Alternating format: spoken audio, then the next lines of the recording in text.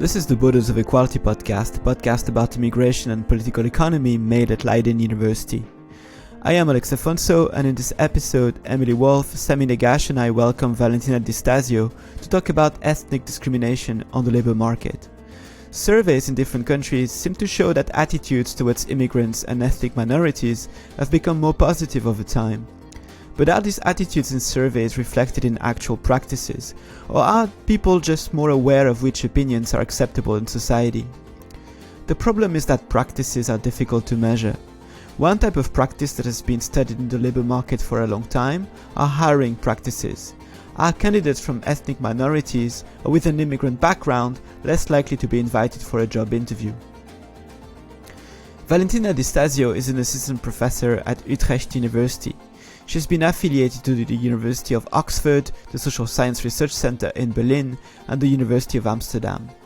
Valentina is a sociologist who has worked extensively on the role of employers in hiring decisions, education and skills, and on ethnic discrimination on the labor market, which is the focus of our discussion today. She's the author of a number of articles on ethnic discrimination in European countries, notably a review of experiments conducted in Britain since the 1960s, published in the British Journal of Sociology. So Valentina, thank you very much for being on the podcast. Yeah, thank you for having me. So you've done a lot of research on labor market discrimination. Could you maybe explain what is labor market discrimination? Because I think when people think about discrimination, they might have different phenomena and different things in mind. When do we know that there's actually labor market discrimination going on? Yeah, where do I start? So basically, I would give a definition of labor market discrimination that is also consistent with my sociological background. So I would call discrimination in the labor market an episode of differential treatment that happens on the basis of a characteristic that is a protected characteristic. This could be gender, it could be ethnicity, it could be race, it could be religion, sexual orientation, for example. It is a different treatment that cannot be justified based on characteristics that are considered to be relevant for, say, a given job. So you can imagine, for example, an employer that has to decide between two applicants. These two applicants are equal with regard to a whole set of characteristics that are important to perform the job, but then one candidate is from a minority background and the other one is from a majority background, and the choice, the employer chooses one over the other. So the only difference between the two candidates is, in this case, the background. So this could be this is what I would consider evidence of preferential treatment that cannot be justified based on productivity relevant characteristics. It is also important in this definition to keep in mind that the employers need not be aware that he or she is discriminating. Discrimination can be totally unintentional from this perspective, and it may or it may not result from prejudice. So the employer does not necessarily need to be prejudiced or to be aware that he or she is prejudiced for discrimination to occur. One of the challenges in this field of research, and my own research deals with labor market discrimination that happens at the stage of hiring, so during the hiring process, is that it is very difficult to establish whether or not someone is discriminating. And this is because we often have no information on the set of applicants that the employer is choosing from. So it is very difficult from a researcher's perspective, but also from the perspective of a possible victim, to know whether discrimination has taken place. So if we think about the last time we applied for a job, we submitted an application, we were invited to a job interview, we went to the job interview, and then we heard about the result. This result was either positive or negative, but we don't know who we were competing against. And so also from a victim perspective, it's difficult to understand whether or not discrimination has taken place. And I think this is one of the main challenges in this field of research. So there is a whole set of methods that have been deployed to actually try to, as you explained really well, try to differentiate between the reasons why you didn't get a job that may be due to your social capital or your skills or other factors that are actually relevant for the job you're applying for, and issues that are related to your ethnic background or things that are not directly relevant. So how do we sort them out? So in your article in the British Journal of Sociology, you highlight this whole the history also of studies trying to look at discrimination dating back to the late 60s, if I remember correctly. So Yeah. could you say a little bit about how do you actually go about, as a researcher, how do you go about concretely measuring this ethnic discrimination on the labor market? Yeah, so there's a bunch of different methods that can be employed, and I think here, especially within sociology, the number of methods that have been used is very extensive. So my own research very recently has focused on field experiments, and these are often considered the gold standards, both in sociology as well as in economics, for identifying discrimination causally. So that we can make sure. So basically, we try to create applicants that are as similar as possible, and we assume that they are perceived as identical by employers. We basically try to standardize their CVs, their application documents, their cover letter. We make sure that they have the same types of skills, relevant skills, similar education, very comparable education and training. And then we just apply with these fictitious applicants. We send applications to employers, and then we wait for what is known to be a callback. So just any sort of response that we can get from employers. And then we track these responses across groups, and we compare who has been invited most often. So this is a powerful method because it allows us to identify whether the characteristics that we are expecting to be related to discrimination is really leading to a different treatment between the groups that we are studying. And this is because that characteristic is the only one that is varying within a pair of fictitious applicants. So this is a very powerful method that has been used in the last 60 years, 50, 60 years, not only in the UK and in the US, where these methods were initially adopted, but also across European countries and even outside of Europe. So it is now we have a whole body of evidence on the discrimination that is facing different groups in different countries, and we can compare these discrimination ratios. So it's really, in a way, a booming field of research within the discrimination literature. So it's a very powerful method from the point of view of identifying causal effects. And as I said, this is because we are basically comparing equal applicants or applicants that we make equal in the research design, except for the one characteristic that we expect is driving employers' behavior. So we would vary, for example, their ethnic background or their gender or their sexual orientation or their religion with some cues that are mentioned in the CV or in the cover letter, so more generally in the application. But this is also a method that comes with its own limitations, and some of the limitations are that as researchers, we need to sort of communicate ethnicity, for example, in a way that is not very conspicuous, so that would not make employers suspicious. And this is sometimes difficult because the typical way in which we do this in field experiments on race or ethnicity is by using names that sound foreign. But then the question is, are employers really associating a given name with a given country of origin, for example? And also the other important question is if minorities are really expecting to be discriminated against in the labor market, would they really stress their background in the CV? So there is some sort of manipulation of characteristics of job applicants that we as researchers need to do for the experiment to be valid that may or may not really reflect minorities' behavior in the labor market when searching for a job. And that might be a limitation because it would affect the external validity of the results. Another limitation is that with this type of method, you can only basically give a descriptive picture of what's happening, but you can say quite little about the underlying mechanism. So why are employers discriminating? There's some innovation going on in the research design of field experiments to address this, but I think still the main strength of field experiment is just making the case that discrimination exists and is very real. Another limitation of field experiments, maybe it's the third now that I think about, is that we are primarily focusing on the job application stage.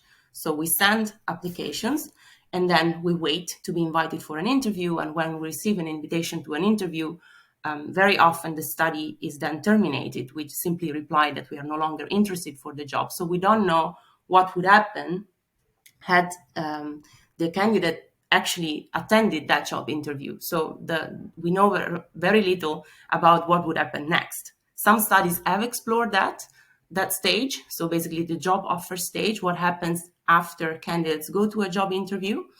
But because this is a very costly and time-consuming study to set up, there aren't many researchers that have done a complete study of the whole hiring process. So, and one of the consequences is that we don't know whether the discrimination the discrimination rate that we can observe in field experiments that focus on job interviews is comparable or is an underestimate or an overestimate of what happens afterwards at the job offer stage. There's some recent American studies showing that actually discrimination even increases afterwards. So the discrimination that people experience after attending the interview and when comparing applicants that are invited to a job interview, go to the job interview, and then some of them receive a job offer and some of them don't. So when we compare this likelihood to receive a job offer conditional on attending the job interview, then we see that discrimination is even higher there. And this means that all that we know about discrimination based on studies that only look at the job interview stage, and these results are already alarming, may actually be an underestimate of the real discrimination that exists in the labor market. And another limitation of these field experiments is that in order to do a field experiment, so very often researchers rely on vacancies, job openings that are advertised typically online in some online platforms. But these, of course, are only a subsample of all jobs that are on offer, all job openings that are there in the labor market. And so because of this, we have a sort of limited view of the total discrimination rate that there is in a given society. So these are my thoughts on the field experimental literature. But as I said, there's many other methods that can be used in alternative or also in combination with field experiments to have a more general overview of what's happening and whether or not employers are discriminating. And this range from self-reports of perceived discrimination that are different from actual discrimination, but can also give us an idea of the experiences that minorities have or members of disadvantaged groups more in general. So do they experience discrimination? Do they think they're being discriminated against when they apply for a job? And to some extent, this gives us a bit of a different perspective on the issue, because perceived discrimination need not equal or be comparable to actual discrimination, but it is also important to analyze the experiences of people, because these experiences have important consequences. They might affect their job search behavior. For example, that might lead to withdrawal from the labor market if people experience a series of disappointments and their expectations are not met. So this is also another area of work in sociology that is very relevant to understand discrimination in the labor market more generally. And then, of course, we can also interview employers more directly, and sometimes they are also open to share their views on why they might prefer one group over the other. So we have a whole literature based on interviews of employers, ethnographies, case studies of organizations. And these are also very important because they can give us some more knowledge on the underlying mechanism. So what's happening in the mind of employers, and what is behind the decision to invite one candidate over the other. So it gives us a bit more knowledge on the mechanisms compared to the field experiments. Hi, Valentina. My sense from the research that I've read thus far is that expressions of xenophobia in survey research are declining. People are less likely to agree with statements that on their face are sort of discriminatory. Yet the research on labor market discrimination indicates that discrimination is still alive and well. So is there a major difference between the stated opinions of people and their actual behavior, or are employers just not non-representative of the wider population? Yeah. So there are different processes that I think might explain this discrepancy between, on the one hand, a decline in prejudice, in attitudinal research, and at the same time, what we see in, for example, meta-analysis of field experiments. I have done one myself for the UK, where we basically bring together estimates from different studies conducted in Britain with the field experimental methodology from the 1960s, end of the 1960s until nowadays. And then we see that the gaps in the likelihood to be invited to an interview between the white British population and the disadvantaged groups in Britain. So we focus in these studies on Black Caribbeans, Black Africans, as well as South Asians, are as wide today as they were 50 years ago. So nothing much has changed in the past 50, 60 years. So we have this discrepancy of results, and this might, and which is even surprising, because what we are comparing today are often members of second generations. So these are people who have been born and raised in Britain, who have a language fluency that is comparable to that of the white British population. This is a group that has domestic qualifications, that have been trained in Britain. So there are fewer reasons for them to experience discrimination, and still we find no decline. And we find no decline for both the Black Caribbean population as well as for the South Asian one. And how can we reconcile these different findings?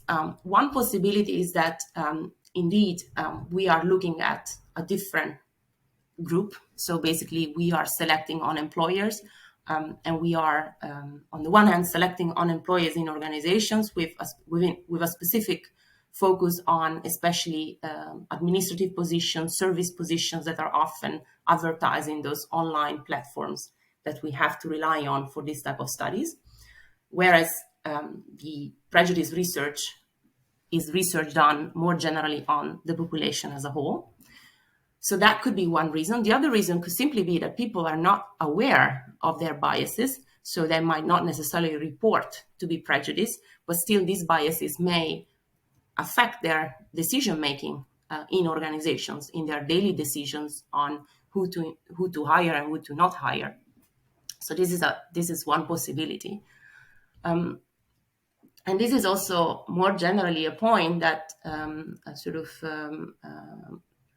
reveals an interesting discussion that happens within sociology, but also in other disciplines, of the difference between discrimination that is done at the individual level by the individual actor, the individual employer that decides to discriminate, and a more sort of systemic look at what happens in organizations. What are the reasons why organizations that have been sort of white organizations for forever, basically, what make these organizations stay white. And these are not necessarily individual decisions made by prejudiced employers, but they can also be the result of more systemic practices that are in place in given organizations that even legally, in legal ways, end up giving an advantage to a certain group over another. So, for example, in an organization, the recruitment pool from which the organizations attract employees can already skew the applicant pool in a specific way. So if an employer decides to advertise and recruit on white campuses, for example, then chances are that the applicant pool will already be skewed towards the white group. And so that could be another reason why we see this discrepancy between attitudinal research on the one hand and what we know from field experiments on the other hand. I was wondering whether you could say something about the drivers of discrimination, because if we have in mind the kind of perfect market that people like Gary Becker imagine exists, if you had a perfect market, there shouldn't be discrimination, because it's not in the interest of employers to not take the best person for the particular job because of their ethnic background. What really matters for their own, let's say, business as an economic enterprise is the quality of the applicant.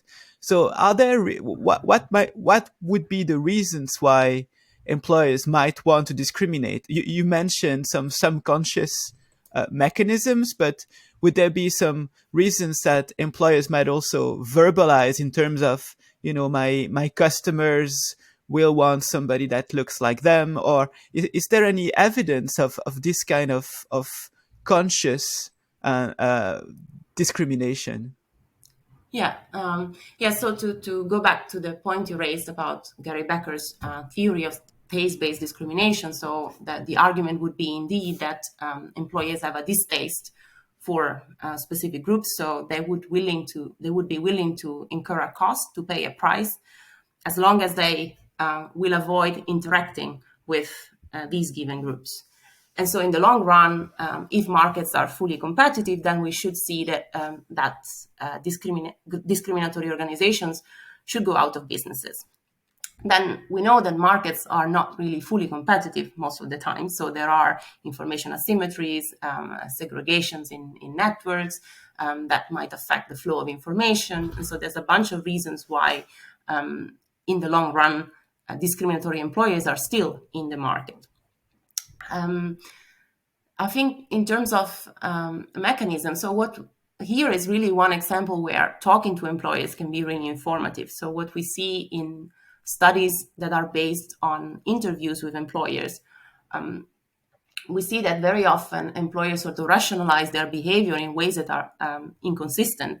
So, for example, they tend to attribute the success of a given minority member to chance or luck, or not even remember certain successes. And here, contribution from psychologists have really illuminated more the underlying mechanisms.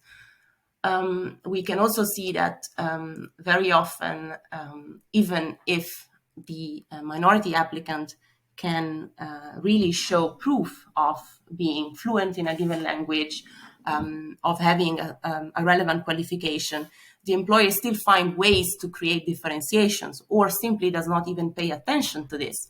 There's an interesting discussion on attention discrimination in economics, and this is a point where economists and sociologists think quite similarly. So basically, employers might simply not pay attention to the information that is presented by a given minority applicant. So they might spend less time reading their CVs. They might pay less attention to certain cues that are present in the CV. So they might simply read no further if they see that the applicant is from a minority background.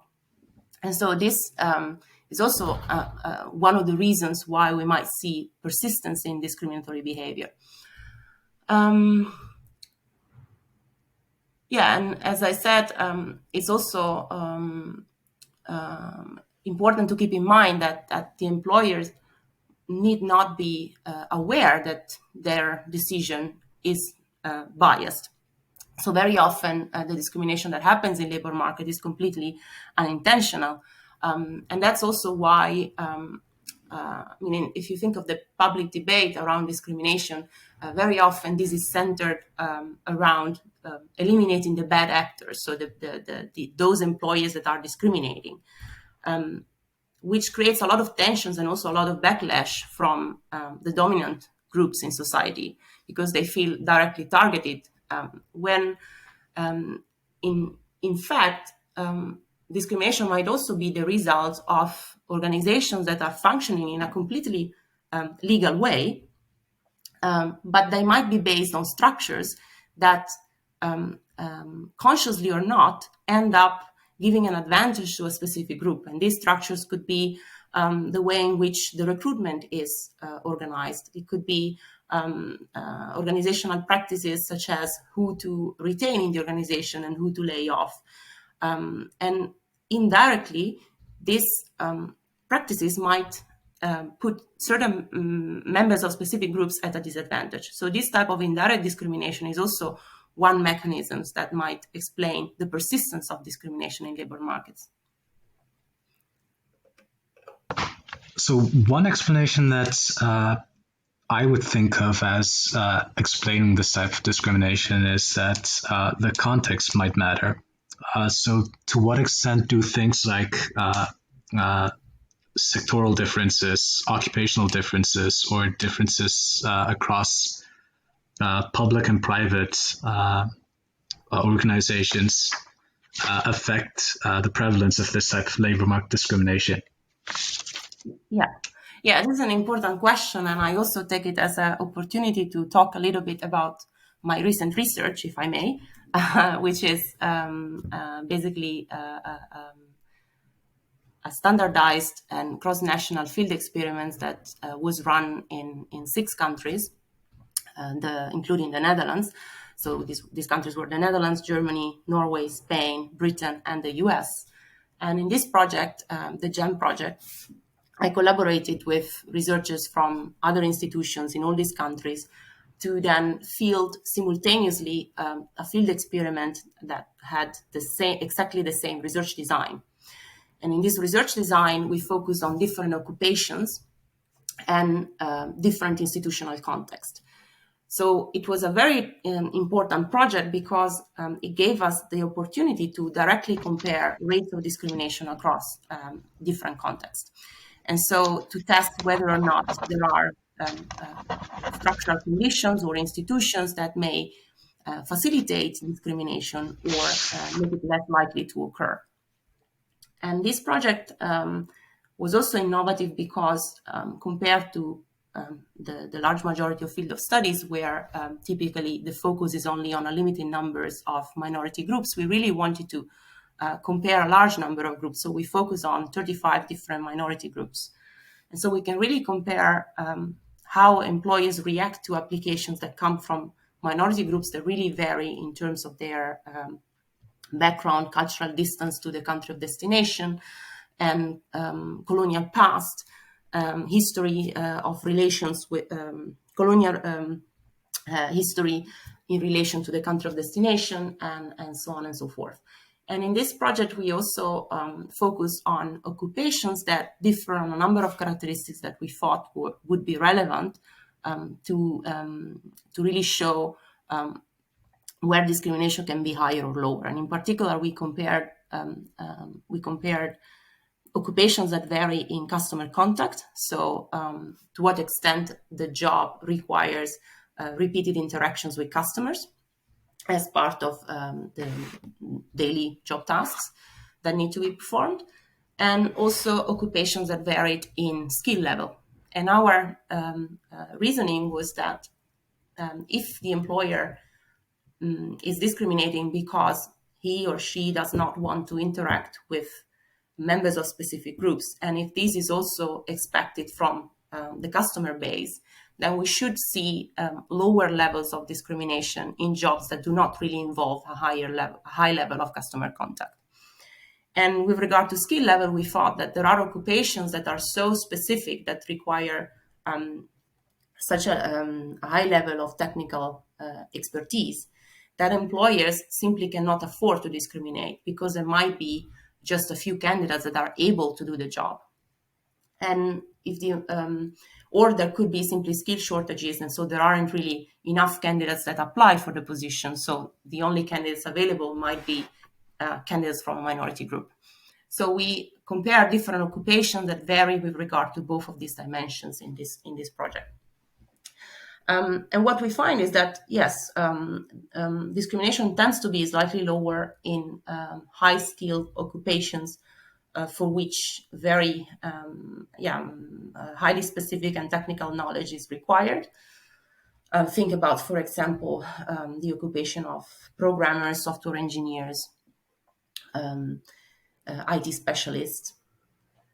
And at the same time, we also saw that discrimination tends to be higher in occupations that require repeated interaction with customers. In particular, we have work in progress where we compare applicants that applied with a headscarf or without a headscarf.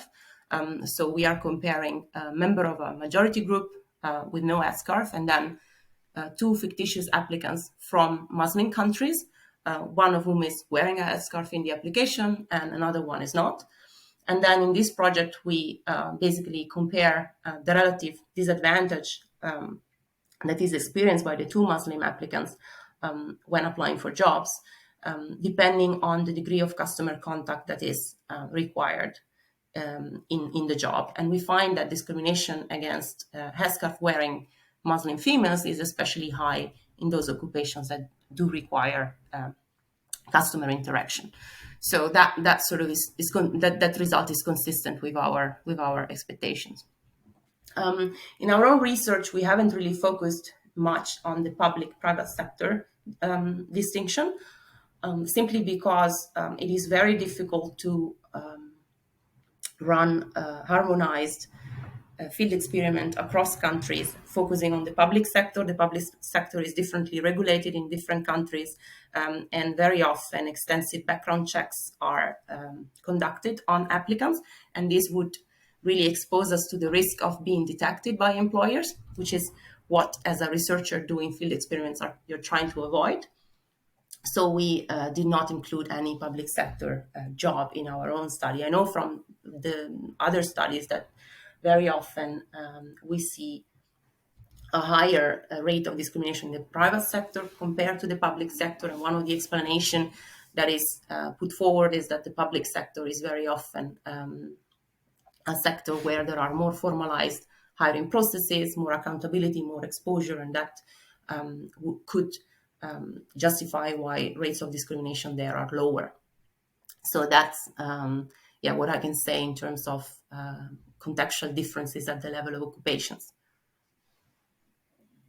And differences across countries? Are some of the countries that you've studied more likely to, or are employers in some of the countries that you've studied more likely to engage in discrimination in hiring decisions?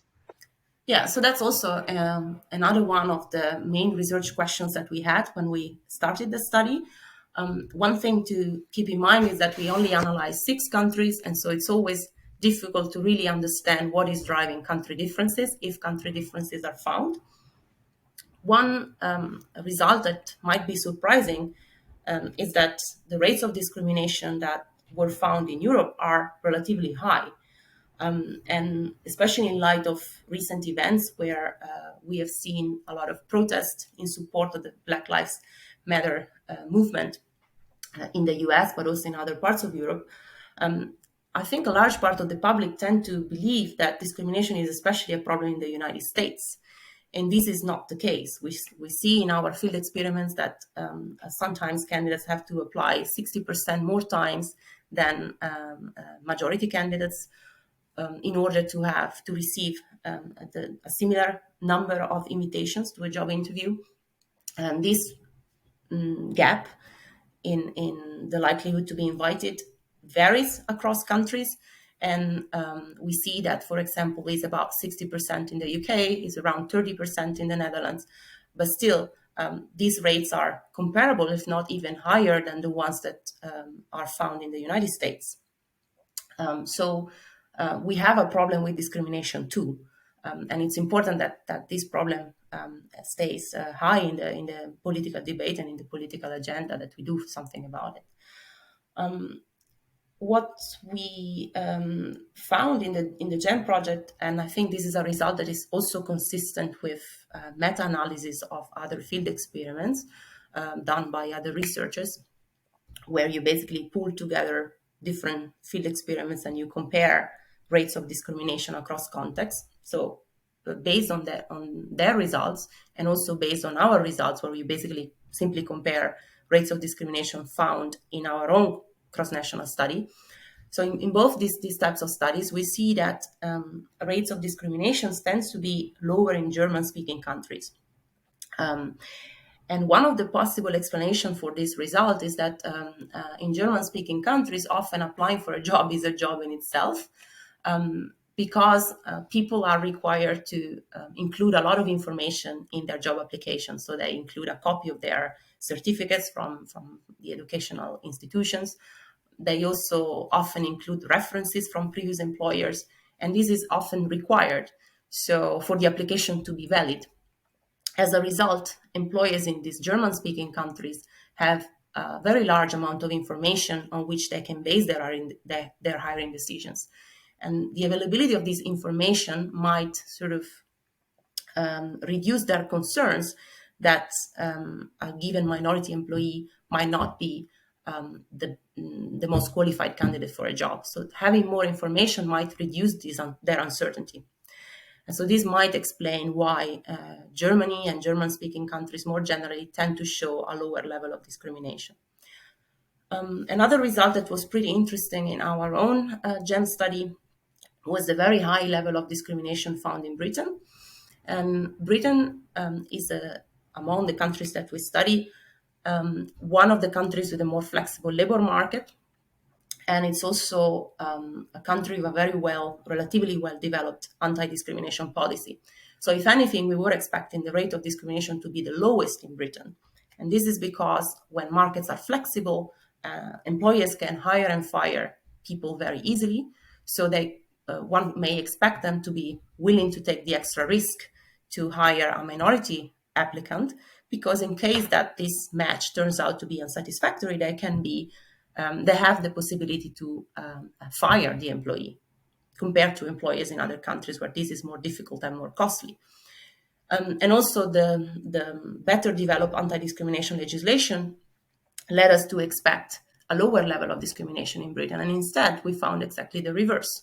So the discrimination ratio, which gives us a measure of how much more effort one group has to put in their job applications compared to the other to receive a similar number of invitations, is much higher in Britain than in other countries. And within our GEM study, the Netherlands and Norway are also countries that are scoring somewhat high in their level of discrimination. So that's also another interesting result when it comes to cross-national differences. And it's very hard also for me to give a summary of all the results that we had, because we were comparing so many different groups in different occupations in different contexts. And so there is also a lot of variation across ethnic groups in what we find. So it's difficult to give you a short summary of all the results. That's fair. Well, another thing that may play a role in this process is that the bargaining power of different immigrant groups might affect discrimination. If I were to think about it, that immigrants from wealthier countries may potentially be less affected by labor market discrimination, partially because they're potentially a stronger bargaining position, and potentially also because the educational systems might be a closer fit or might be assessed as being better. To what extent do those factors affect hiring practices? Yeah, Yeah, so the factors that you mentioned are certainly relevant, and also this question brings me to talk a bit more about differences across groups. In our own experiments, so in my own research, we have focused mainly on either second generation migrants who were born and raised in the country of destination, so their education came from the education system of the country of destination, or first generation migrants that had arrived in the country of destination at the age of 6, so they were still trained in the domestic education system. And so I don't really have the data that allow me to test this possible hypothesis of a difference in treatment based on the quality of the education system, because the quality is basically held constant in my design. But there are a number of other characteristics that we can compare. So even if we look at these second generations within a given country, we clearly see a hierarchy of callbacks that so that employers react more positively to European applicants, applicants of European descent, and white applicants more generally. And they tend to treat applicants from North Africa, African countries, or the Middle East as the least preferred.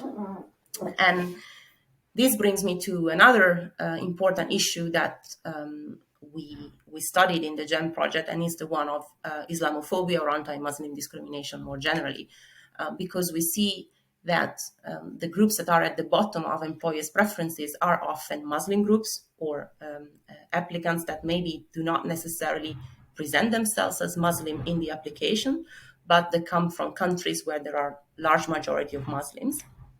So there is a ethnic hierarchy in employees' preferences, and Muslim applicants are often at the very bottom of this hierarchy.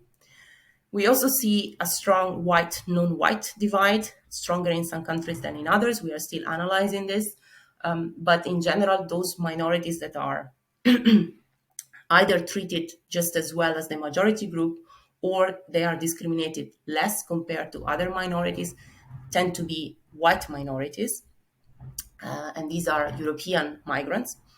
There is also a hierarchy within the European group, in the sense that we clearly see a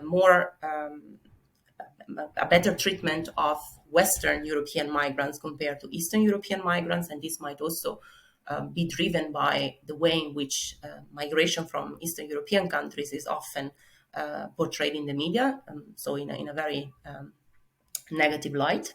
So this might be the driver of what we see, but it's a result in our analysis. It's difficult to really tell whether cultural distance is the main driver of these differences, because if you take, for example, East Asian applicants, they are culturally distant, but at the same time they are often treated just as well as the majority group, or their rate of the discrimination that they experience is relatively low.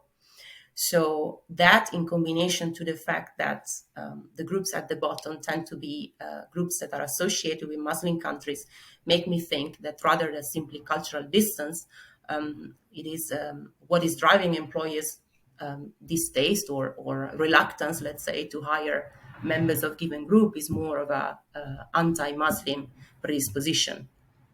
And that we can clearly see it in our study, because we have a research design that allows us to compare migrants that come from countries where there might be both Christian or Muslim groups. So we can compare applicants that, for example, come from Nigeria, and half of them present themselves as Christians and half of them present themselves as Muslims. And then we see a very negative treatment only for those that present themselves as Muslims in the application. So that is a very strong evidence of anti-Muslim discrimination from the employer side. This is really important and really interesting to think about the ways that you've managed to disentangle, say, the net effect of specific variables by looking at, say, migrants from specific contexts in which, say, race might be held constant but religion isn't. It's almost like there's this intersectionality of different characteristics, I guess, that can serve as a penalty, I think is some of the phrasing that you've used in the work that I've read, which I've really appreciated. I was wondering if you could speak at all to what we can do with this insight about the intersections of different types of characteristics. So how do we handle the fact that this discrimination is often done subconsciously, like you were describing, or by employers who might not be aware that they're doing it, and at the same time is perpetuated in systemic factors like, say, recruitment systems, as you were describing? How do we start to use these insights to tackle discrimination? Yeah. So that's a very important question, and also very relevant for policy, obviously. I think, also in light of the recent debates, acknowledging that discrimination is systemic, it's also built in our own institutions, legal institutions, is an important step. So recently, the Prime Minister in the Netherlands expressed his sort of reluctance to use the term institutional racism, but I think it is important to acknowledge that we are working and surrounded, and our life is structured by institutions that have been created and have been created with whiteness as the norm. And this affects the distribution of resources across groups.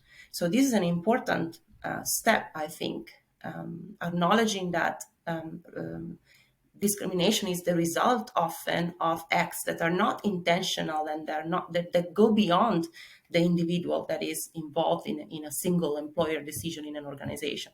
So it's a much broader issue than that alone.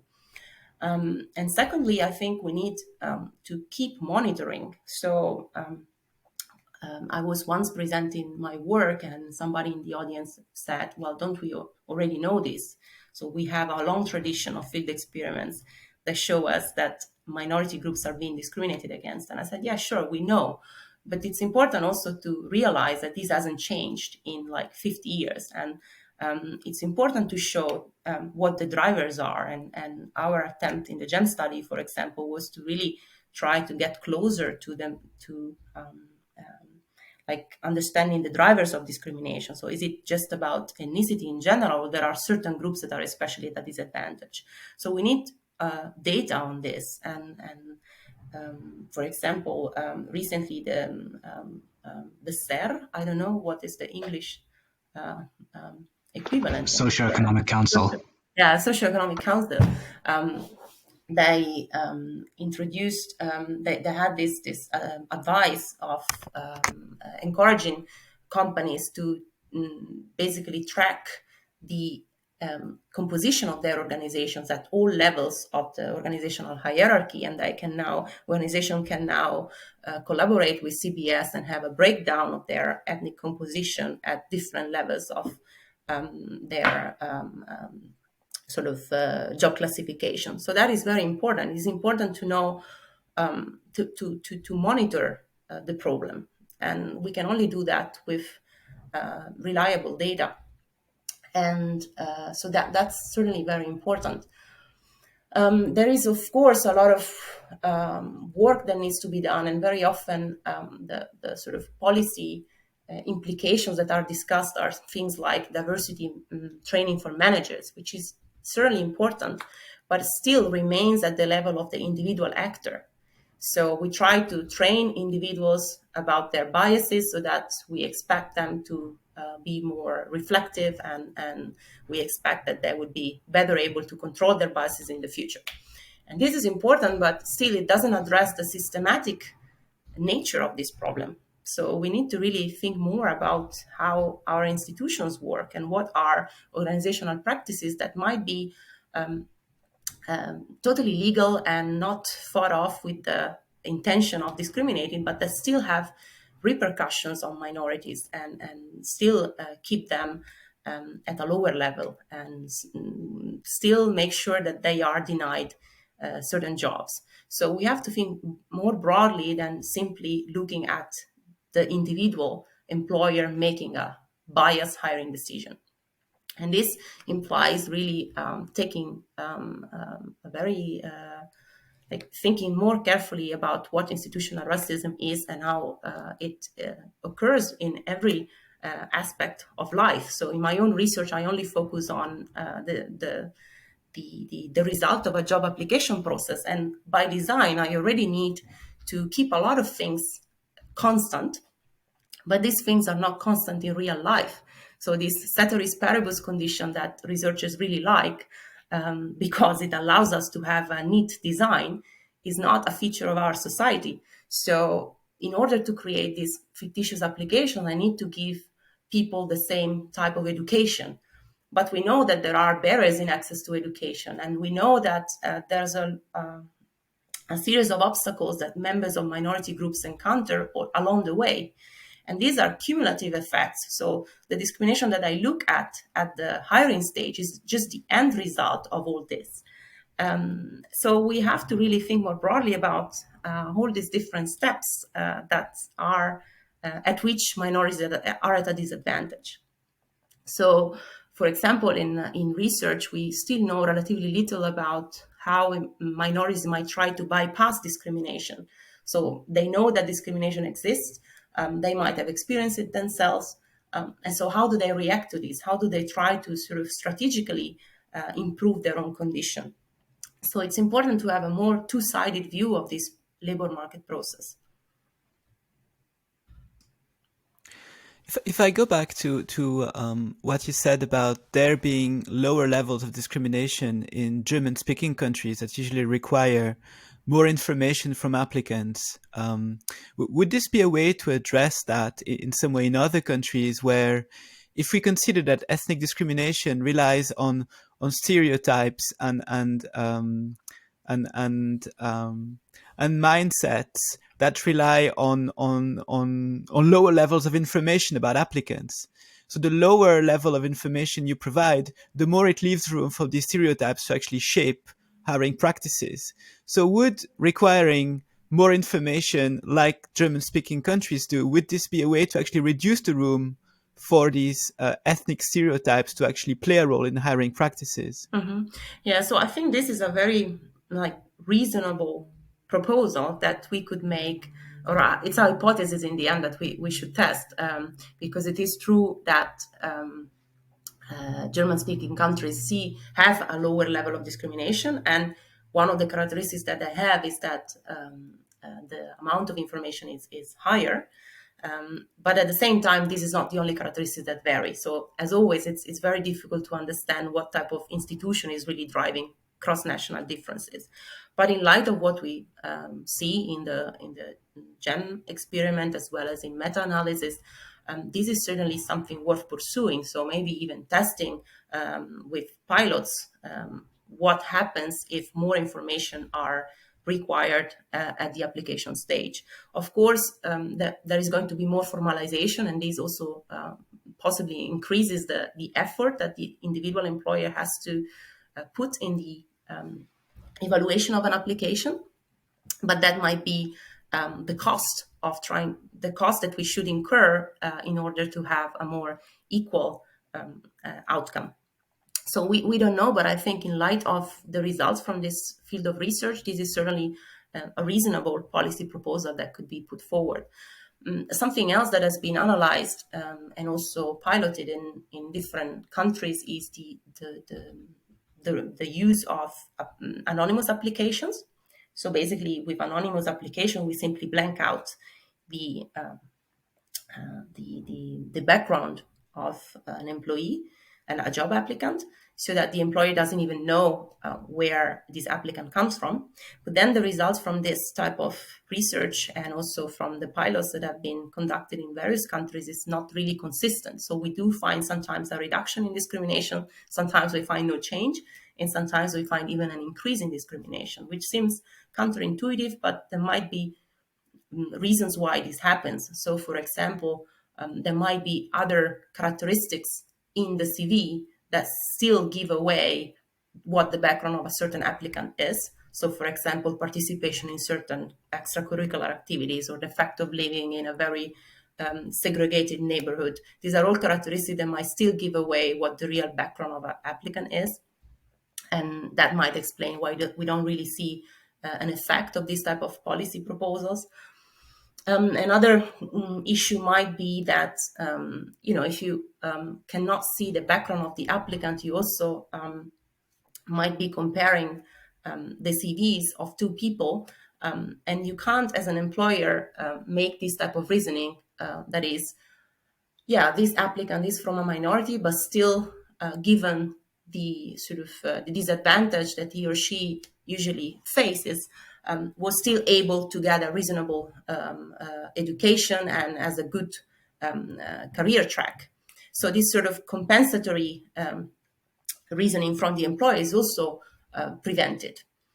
And so in combination with the fact that some employers might discriminate based on other cues that are present in the CV, so the two together might lead to the unexpected finding that we actually see an increase in discrimination or no change when anonymous applications are used. So given the inconsistency of findings with regard to this type of policy, maybe requiring more information at the job application stage is a reasonable proposal. What I would add is not just requiring more information, but actually requiring information in a standardized format, because what we also see from existing research is that minorities also present themselves differently to the employers. And this might be because they are less familiar with specific informal codes on how to present yourself in a job application, especially if these minorities are new to a given context. So standardizing the way in which application is presented might actually go a long way in equalizing the chances between different groups. So I have a question about that, because isn't there a risk that providing more information or standardizing the types of information that need to be provided against the backdrop that you described of different access to specific opportunities, whether it be educational or, say, extracurricular, would that not run the risk of actually amplifying the effect of different access to those opportunities? So, for example, if an employer were to sort of across the board ask for a specific internship information or more information about internships that applicants didn't have as much access to, wouldn't that then just further reveal the inequality of opportunity? Yeah. I mean, this is a good point, but I think what I meant is more, not just to increase information in a general way, but also requiring specific documents. So, for example, it's not just tell me more about yourself, the approach that they have in the German countries, but it is please apply with a proof of your education. And this is a certified proof that comes from the education system. It's a copy of your certificate. So it's not just more information, but it's information that comes from a trustworthy source that can sort of certify your knowledge. And this should reduce employers' biases and employers' uncertainties. And also, my point on the standardization of application forms would be to really make sure that all applicants are given a similar template with a similar set of questions, so that they, of course, there might be variation across individuals in how they fill in these sections of the application form, but at least they are all asked the same type of questions. It's a bit basically a similar mechanism, a similar process of what happens with structured interviews, which are known to be a less discriminatory method of interviewing candidates rather than simply relying on gut feelings and letting the conversation go with the flow. So it's a similar process, but then anticipated at the level of the job application. Then again, these are just, in a way, speculations or hypotheses that one could draw based on the evidence from different studies, but we still need to to put them to the empirical test. And one issue is that if we simply compare across countries, there are just too many other factors that are also varying. So the best way would be to conduct pilots within countries and see what happens with and in the absence of standardized applications. Right. Okay. That makes sense. In general, I really appreciate the emphasis that you're placing on sort of the evidence-based nature of the intervention. So making sure that the measure is in keeping with what research shows really seems to be driving how employers are acting. I was wondering if this leaves scope for other types of research. So we discussed in the beginning the importance of these types of field experiments for being able to address or identify discrimination. And we also discussed, where you articulated really clearly the limitations. Is there scope for kind of research that further interrogates the drivers of, say, systemic discrimination, or also at the employer level? And if so, what kinds of things do you think would be important complements to the very important work that you're doing? Yeah, so I think that sort of a new trend within this research field is to integrate different methods of analysis. So field experiments are a good starting point to have a descriptive picture of where employers discriminate and how strong this discrimination is. But they could even deliver a stronger type of evidence if they are combined with interviews with employers, or if they are combined with surveys of the same organizations, or if they are combined with, for example, implicit association tests that are done with managers to see whether there is a correspondence between their own implicit bias with how they behave in practice, or interviews with employers that allow us to really follow their thinking and their rationalization behind certain decisions. And there are some important works being done by several scholars in the US and Europe that try to do this. The issue is always that employers are a very difficult to reach population, and it's very hard to convince them to take part in interviews or in surveys. With field experiments, the problem doesn't present itself because employers do not even know that they are being targeted. So we just send them fictitious applications and then we wait for their callback. So that takes away the problem of employers' willingness to cooperate in the research. But then the second step, so involving them in interviews or involving them in surveys, is much more complicated.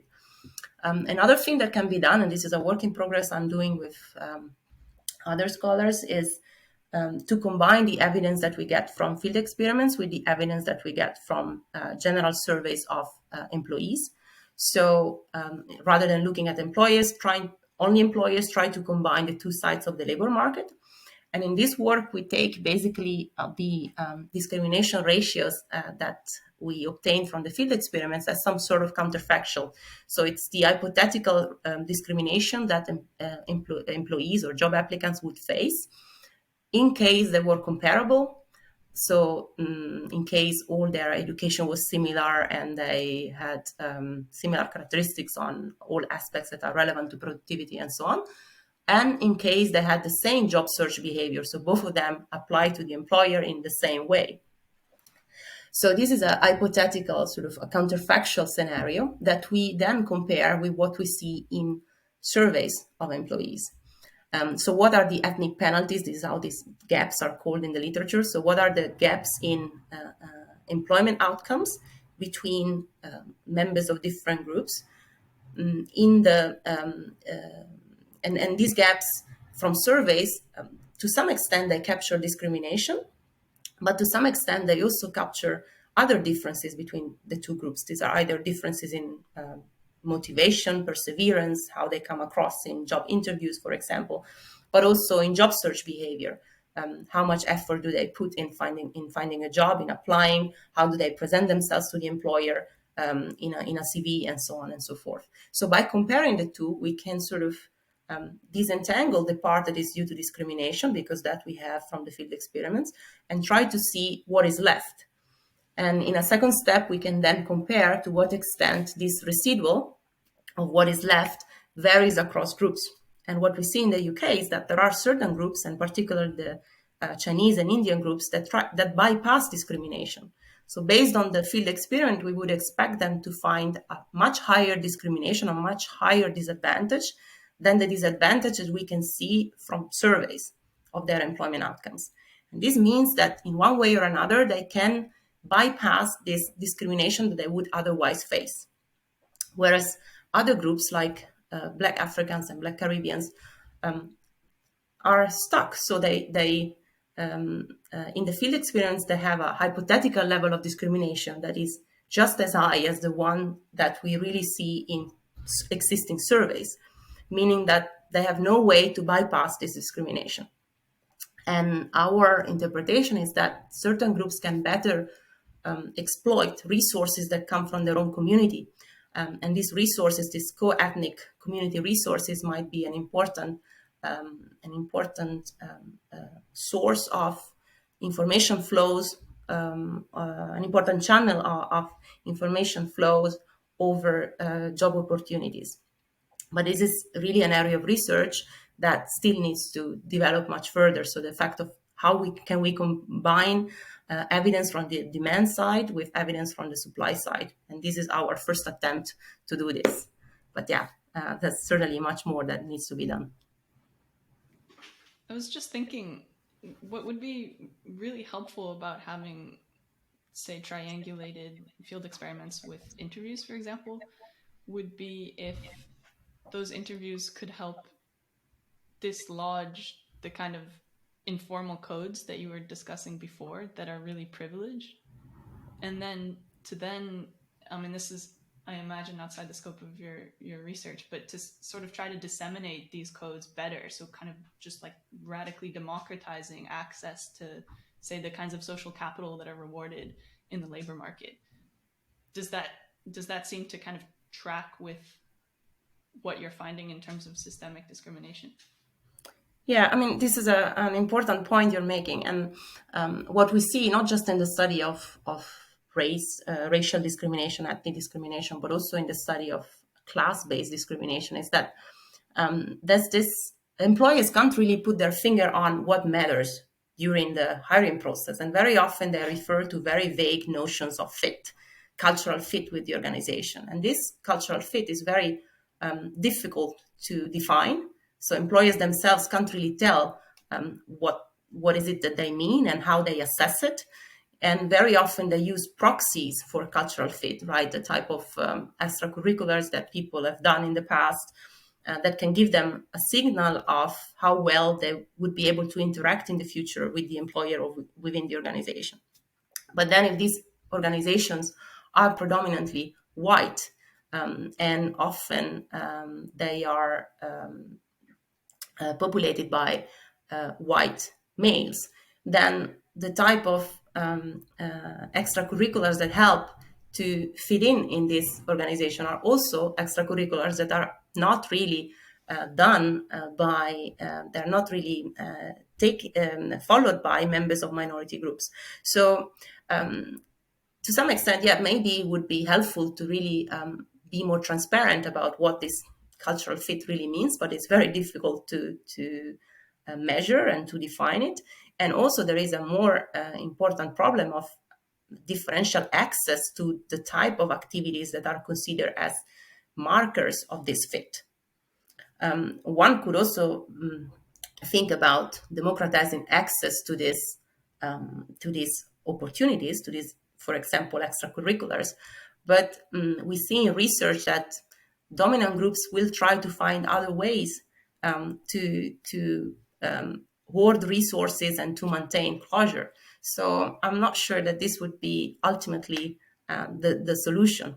And there is the additional issue that as a member of a minority group, you would need to enter and fit in into institutions that are and into groups that are skewed towards another group. So you might also feel excluded and have a sense of distress and not really fit in very, very, very well, or not feel welcome. So there is also a sort of psychological stress that is involved, and that minorities might not be willing or might not be willing to put themselves through. So it's a difficult question. I maybe have one last question, and it relates to what you said about the role of class and also of cultural codes.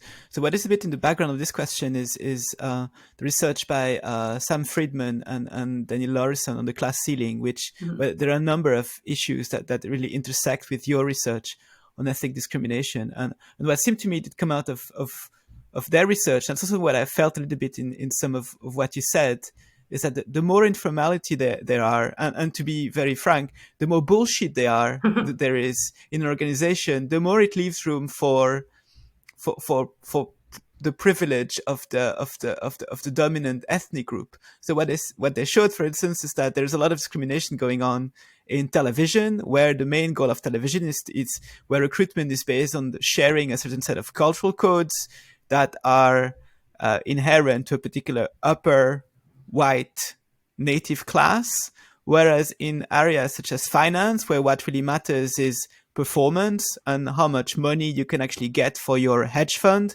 there's a lot less discrimination. So could it be something that we could draw as a general conclusion, that the role of the more informality and the less there is a focus on pure performance, the more there is room for that kind of discrimination? Yeah. I mean, their work is very interesting, and indeed, I think the point about informality and bullshit as well is really important. It relates a bit with what I was saying about standardization and the importance of formalized hiring procedures, because in a way, with that sort of organizational practices, you try to standardize as much as possible and create a template within which applicants can present themselves in similar ways to the employer. So more formalization, reducing informality is certainly something that could help. And it also, even the results that we had from the GEM study, where discrimination was the lowest in jobs for software engineers and programmers. These are very technical jobs for which maybe cultural fit is less relevant, whereas discrimination was higher in all those jobs that required a lot of customer interaction, where maybe fitting in culturally becomes more relevant. So I think our studies really point towards the same direction of really informality being some sort of a tool through which social closure is maintained, and this social closure could be a social closure based on class or based on race, gender, or any other characteristic that might lead to an unequal distribution of resources between groups. Okay, Valentina, thank you very much for your time. Thanks so much. That was very nice.